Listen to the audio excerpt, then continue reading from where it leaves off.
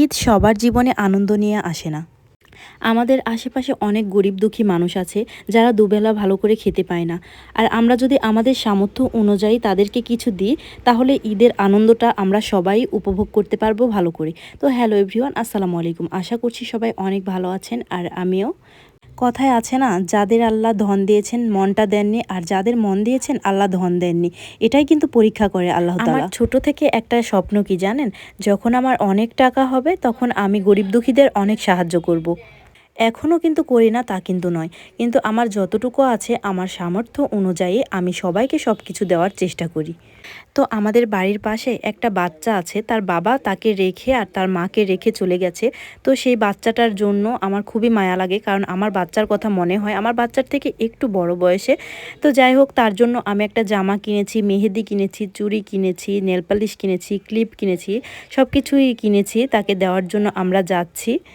আসলে ওরকমভাবে আমি দেখাবো না বলে ভিডিওটাও সেরকমভাবে করিনি। তো তারা অনেক কষ্ট করে থাকে, তো তাকে সব কিছু দিয়ে চলে এসেছি। বাচ্চাটা অনেক খুশি, তার আম্মুটাও অনেক খুশি। আমি সবসময় চাই এভাবেই যে আমি গরিব দুঃখীকে সবসময় সাহায্য করব। তো জানি না ভবিষ্যতে আমার টাকা পয়সা আল্লাহ দিবেন কিনা।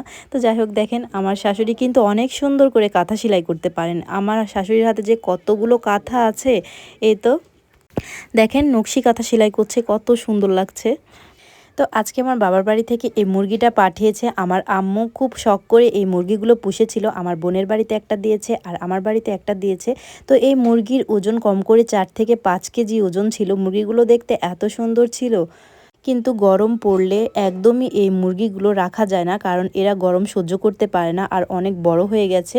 এজন্য তারা একটু গরম বা শব্দ জোরে শুনলে তারা স্ট্রোক করে।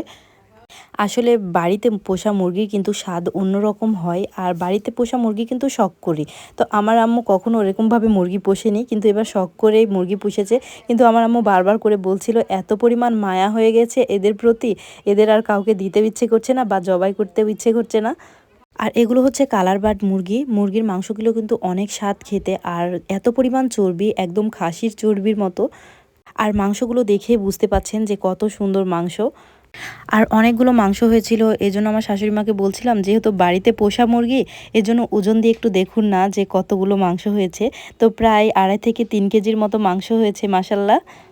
তো আজকে রান্নাও করা হবে এই মাংস, আর আলাদা করে ফ্রিজেও রেখে দিয়েছি। আর ঈদেরও বেশি সময় নেই। আমি অনেক আগেই বলেছিলাম আম্মুকে যে ঈদের কয়েকদিন আগেই পাঠিয়েও, কিন্তু মুরগিগুলো রাখা একদমই সম্ভব হচ্ছে না, কারণ অনেক গরম পড়ে গেছে। আর একটু কিছু হলেই ওরা হাঁপিয়ে যায়। এজন্য আম্মু বলছিল যে এত শখ করে পোষা মুরগি যদি মারা যায় তাহলে কি হবে বল। এজন্য পাঠিয়ে দিয়েছে আগেই। আর এদিকে করলা ভাজিও করা হচ্ছে। তো যাই হোক, আজকে সেহরির খাবার এটাই। তো আমার ভিডিওটা কেমন লাগলো অবশ্যই কমেন্ট করে জানাবেন। তো আজকে এ পর্যন্ত, সে পর্যন্ত সবাই ভালো থাকবেন, সুস্থ থাকবেন। আল্লাহ হাফেজ।